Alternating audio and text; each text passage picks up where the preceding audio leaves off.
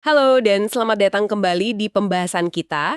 Pernah nggak sih Anda merasa kalau kemampuan otak, terutama ingatan, itu ada batasnya? Mungkin kepikiran, udah ketuaan nih buat belajar hal baru, atau jadi lebih pintar. Ternyata anggapan itu kayaknya perlu kita tinjau ulang deh. Jadi, puluhan tahun lalu ada peneliti namanya Dr. Marian Diamond. Beliau ini bikin penelitian yang cukup bikin kaget pada tikus. Dia nemuin kalau tikus-tikus yang usianya udah lebih tua, pas ditaruh di lingkungan yang kaya stimulasi, jadi penuh mainan, tantangan, interaksi sosial gitu, otaknya ternyata tetap berkembang loh. Koneksi antar sel sarafnya malah tambah rumit. Nah ini kan bukan cuma cerita tikus ya, tapi ini kayak ngasih harapan besar gitu buat kita semua. Khususnya buat kekuatan ingatan Anda. Jadi di sesi kali ini kita bakal gali lebih dalam bab 17 dari sumber yang Anda bagikan. Buku Memory Rescue. Misi kita jelas, nemuin strategi praktis yang ada dasar ilmiahnya buat bener-bener menajamkan ingatan Anda. Nggak peduli usia Anda sekarang berapa. Oke deh, mari kita bedah lebih dalam yuk. Persis. Dan ini nyambung banget ke konsep dasar yang penting banget namanya neuroplastisitas. Ini tuh gagasan kalau otak kita itu bukan organ yang kaku, yang udah nggak bisa berubah setelah dewasa. Justru sebaliknya, otak kita itu luar biasa plastis, dia terus-menerus membentuk koneksi baru, ngatur ulang koneksi sarafnya, tergantung dari apa yang kita pelajari, pengalaman kita, bahkan kalau ada cedera sekalipun. Jadi apa yang bakal kita omongin ini bukan cuma, teori bagus aja di kertas, ini soal potensi nyata buat jadi lebih baik. Strategi-strategi di bab 17 ini tuh kayak alat yang bisa Anda pakai secara aktif buat ngebentuk ulang fungsi kognitif Anda, terutama memori. Yang paling menarik yaitu potensi perubahan yang bisa Anda capai. Saya suka banget istilah potensi nyata itu. Dan temuan Dr. Diamond tadi, prinsip dasarnya itu relevan banget buat kita kan? Otak kita ini ngikutin hukum gunakan atau hilangan gitu ya. Bagian otak yang terus kita latih, kita tantang, ya bakal tumbuh lebih kuat, koneksinya lebih kaya. Sebaliknya, area yang jarang dipakai atau cuma ngerjain rutinitas yang gitu-gitu aja, bisa nyusut, atrofi istilahnya. Ini bener-bener nekenin betapa pentingnya kita ngasih makanan ke otak kita. Stimulasi, lingkungan belajar yang dinamis, terus-menerus. Jangan sampai potensi hebat otak kita ini, nganggur gitu aja. Iya, konsep gunakan atau hilangkan ini kerjanya sampai ke level selo. Pas Anda lagi mikir keras, ngerjain sesuatu yang menantang apalagi hal baru, itu secara harfiah memicu perubahan fisik di otak. Cabang-cabang sel saraf namanya dendrit, itu bakal tumbuh lebih banyak, lebih kompleks. Kayak pohon nambah ranting gitu buat nangkap info. Bahkan, dalam beberapa kasus, aktivitas tertentu bisa mendorong pembentukan sel saraf baru, neurogenesis, terutama di area kayak hipokampus, terus juga ningkatin aliran darah ngebentuk pembuluh darah baru. Nah, semua ini bantu nguatin korteks cerebral, lapisan luar otak buat mikir tingkat tinggi, bahasa, memori, kesadaran. Makin kuat korteks Anda, makin bagus kemampuan kognitifnya secara umum. Dan ini bukan cuma soal ngerjain kerjaan yang sama terus-terusan ya, meskipun rumit. Buku ini nyeritain kisah Jim Carroll yang, luar biasa banget. Bayangin aja, dari pekerja pabrik baja biasa, setelah usia 30, dia sadar, mutusin buat ngelatih otaknya. Dia belajar sulap, dalemin teknik-teknik memori canggih, akhirnya jadi mentalis, penghibur gitu, yang kemampuan memorinya fenomenal. Yang menarik, perubahannya itu bukan karena dia kerja lebih giat di pabrik, tapi karena dia masukin tantangan dan pelajaran baru ke hidupnya. Ini nunjukin banget kekuatan keluar dari zona nyaman mental kita. Nah, itu poin yang penting banget buat dipahami. Aktivitas rutin, biarpun kelihatannya kompleks, kayak ngajar mata kuliah yang sama bertahun-tahun, atau jadi ahli reparasi satu jenis mesin aja, lama-lama jadi hemat energi buat otak. Otak kita jadi efisien banget ngejalanin tugas itu. Pakai jalur saraf yang udah ada, butuh sedikit energi mental. Akibatnya, ya stimulus buat pertumbuhan barunya jadi berkurang. Beda banget sama belajar hal baru, misalnya bahasa asing, alat musik, atau teknik memori kayak Jim Carroll tadi. Itu maksa otak bikin jalan baru, bikin koneksi baru antar neuron. Seringkali ngaktifin area otak yang mungkin tadinya kurang kepake. Kayak ngasih otak kita latihan cross-training gitulah. Gak heran kan hasil scan otak Jim Carroll nunjukin hipokampusnya, area vital buat memori baru dan navigasi, ada di persentil teratas buat usianya. Ini bukti nyata dampak latihan mental yang disengaja. Terus training buat otak, istilah yang pas. Nah, bab 17 ini terus ngenalin ide latihan kombinasi seluruh otak atau whole brain workouts. Tujuannya biar ngelatih berbagai area otak secara seimbang. Nggak cuma fokus satu jenis kemampuan aja. Coba kita lihat beberapa contoh spesifiknya ya. Pertama, korteks prefrontal, sering disingkat PFC. Anggap aja ini CEO otak Anda. Letaknya di depan, belakang dahi, fungsinya penting banget buat perencanaan, ngambil keputusan kompleks, fokus jangka panjang, memori kerja, ngendalin impuls, bahkan ngebentuk kepribadian. Buat ngelatih si CEO ini, buku ini nyaranin mainan bahasa kayak Scrabble, Boggle, ngisi KTS yang susah, ikut debat atau kelas pidato, atau main game strategi kayak catur atau Risk. Unik nih, main Tetris katanya bisa bantu ngurangin craving loh. Mungkin karena nyita perhatian yang sama ya. Dan satu lagi yang mungkin bikin kaget, doa dan meditasi disebut salah satu penguat PFC paling ampuh. Iya, tepat sekali. Aktivitas-aktivitas itu emang langsung nargetin fungsi eksekutif PFC. Game strategi, contohnya, butuh perencanaan ke depan, antisipasi lawan, nimbang resiko, jaga fokus. Itu semua latihan intensif buat PFC. Meditasi dan doa, seperti yang diteliti Dr. Andrew Newberg, yang juga dikutip di sumber Anda, itu secara konsisten buktiin bisa ningkatin aliran darah dan aktivitas di PFC. Peningkatan aktivitas ini ada hubungannya sama peningkatan konsentrasi, kesadaran diri, sama regulasi emosi. Jadi, ini bukan cuma aktivitas spiritual aja, tapi juga latihan neurobiologis yang kuat. Menarik banget ya, aktivitas yang rasanya nenangin, kayak meditasi justru bisa jadi latihan otak yang kuat. Oke, lanjut ke lobus temporal. Ini bagian otak di sisi kepala, sejajar sama telinga gitu. Area ini pusat utama buat memori jangka panjang, proses pendengaran, termasuk bahasa, sama ngenalin objek. Jadi buat ngelatihnya, saranin main game memori, tantangan mengingat, atau ya belajar dan main rusik. Terus ada lobus parietal, di bagian atas belakang otak.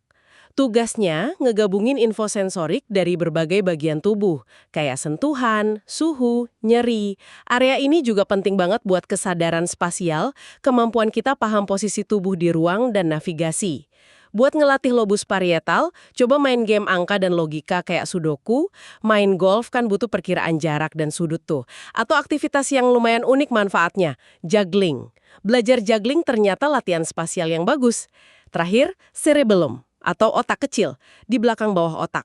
Walaupun kecil, fungsinya vital buat koordinasi motorik halus, keseimbangan, postur, dan makin diakuin perannya buat fungsi kognitif kayak perhatian dan bahasa. Latihan yang bagus buat cerebellum itu aktivitas yang butuh koordinasi tinggi, kayak tenis meja, wah ini disebut olahraga otak terbaik dunia loh saking kompleksnya, atau menari, yoga, tai chi, main basket juga bisa. Anda ngasih gambaran yang bagus ya soal spesialisasi area otak. Tapi, yang penting juga dipahami gimana aktivitas ini seringnya ngaktifin beberapa area sekaligus. Jadi latihannya lebih holistik gitu. Ambil contoh tenis meja tadi. Anda butuh koordinasi mata tangan cepat. Itu melibatkan cerebellum, lobus parietal buat spasial, oksipital buat visual. Perlu strategi buat ngalahin lawan, itu PFC. Harus ingat pola pukulan lawan, hipokampus dan lobus temporal. Perlu reaksi cepat juga, itu berbagai area motorik dan sensorik. Atau belajar musik, libatin lobus temporal, proses nada, ritme, lobus parietal baca not, gerakan jari spasial, area motorik, mainin instrumen, PFC juga, fokus, interpretasi. Juggling itu latihan luar biasa buat lobus parietal, lacak objek di ruang, sama cerebellum, koordinasi motorik. Tapi juga butuh fokus dari PFC. Jadi intinya, makin kompleks dan banyak sisi suatu aktivitas, makin menyeluruh latihan otak yang dikasihnya. Di rutinitas harian bisa ngaruh besar loh. Ada 10 tips tambahan, anggap aja kayak vitamin otak harian. Coba saya kelompokin ya biar gampang. Kelompok pertama, pencari kebaruan. 1, belajar sesuatu yang baru tiap hari 15 menit aja cukup. Kosakata baru kek, fakta sejarah, langkah dansa, apa aja. 2, sadar lakuin sesuatu yang baru dan nantang sesekali, coba rute beda ke kantor, makan masakan baru, ke museum baru. 7, ubah rutinitas harian sesekali. Biasa ngopi pagi sambil baca berita, coba dengerin podcast atau stretching ringan. 8, jalan-jalan ke tempat baru, walau cuma ke taman kota sebelah yang belum pernah. Proses navigasi, ngamatin lingkungan baru, apalagi kalau pakai peta, bagus banget buat lobus parietal dan hipokampus. Kelompok tips ini penting banget karena nargetin kecenderungan otak buat jadi males kalau udah rutin. Sesuatu yang baru, novelty, itu pemicu kuat buat perhatian dan belajar. Pas Anda lakuin hal baru atau ubah rutinitas, Anda maksa otak keluar dari mode autopilot. Ini ningkatin pelepasan neurotransmitter kayak dopamin, penting buat motivasi sama memori. Sekaligus dorong otak bikin koneksi baru sebagai adaptasi sama pengalaman yang nggak biasa itu. Oke, kelompok kedua pengembangan keterampilan. 3, lakuin latihan otak menyeluruh secara teratur, ya kayak yang tadi kita bahas, catur, musik, tenis meja. 4, ikut kursus atau datang ke konferensi soal topik yang benar-benar baru buat Anda. Ini ngasih pembelajaran terstruktur dan mendalam. 10, dengerin atau mainin musik klasik. Ada penelitian yang nunjukin kaitan musik klasik sama peningkatan penalaran spasial temporal, walau mekanismenya masih dipelajari. Tips ini fokusnya ke pembelajaran yang lebih terstruktur, lebih dalam. Ikut kursus atau dalemin bidang baru, itu nggak cuma ngasih info baru, tapi juga ngelatih kemampuan mikir kritis, mecahin masalah, ngatur info kompleks. Musik, seperti yang kita bahas tadi, itu latihan otak yang kaya banget karena ngaktifin banyak area barengan. Terkait pola, memori, emosi, dan koordinasi kalau Anda mainin. Terakhir nih, kelompok penyesuaian gaya hidup. 5. Pakai tangan non-dominan sesekali buat tugas simpel. Sikat gigi kek, pakai mouse komputer. 6. Batasi nonton TV pasif. Buku ini nyebut studi yang nemuin korelasi antara nonton TV banyak di usia parubaya sama risiko demensia nanti. Tapi penting dicatat, studinya nggak rinci jenis tontonan. Jadi mungkin lebih ke sifat pasifnya aja ya. 9. Berteman dan bergaul sama orang yang cerdas, positif, nginspirasi. Ada prinsip main sama yang lebih jago bikin kita lebih jago. Coba kita bedah dikit ya 3 tips ini. Pakai tangan non-dominan. Walau kelihatan sepele, itu benar-benar ganggu pola otomatis otak. Aktivitas yang biasanya nggak butuh mikir sadar, kayak sikat gigi, tiba-tiba jadi tugas yang butuh fokus sama koordinasi baru. Ini ngerangsang jalur saraf baru. Soal TV ya, meskipun hati-hati ya interpretasi studi korelasi, pesannya itu soal pentingnya keterlibatan mental aktif dibanding konsumsi pasif.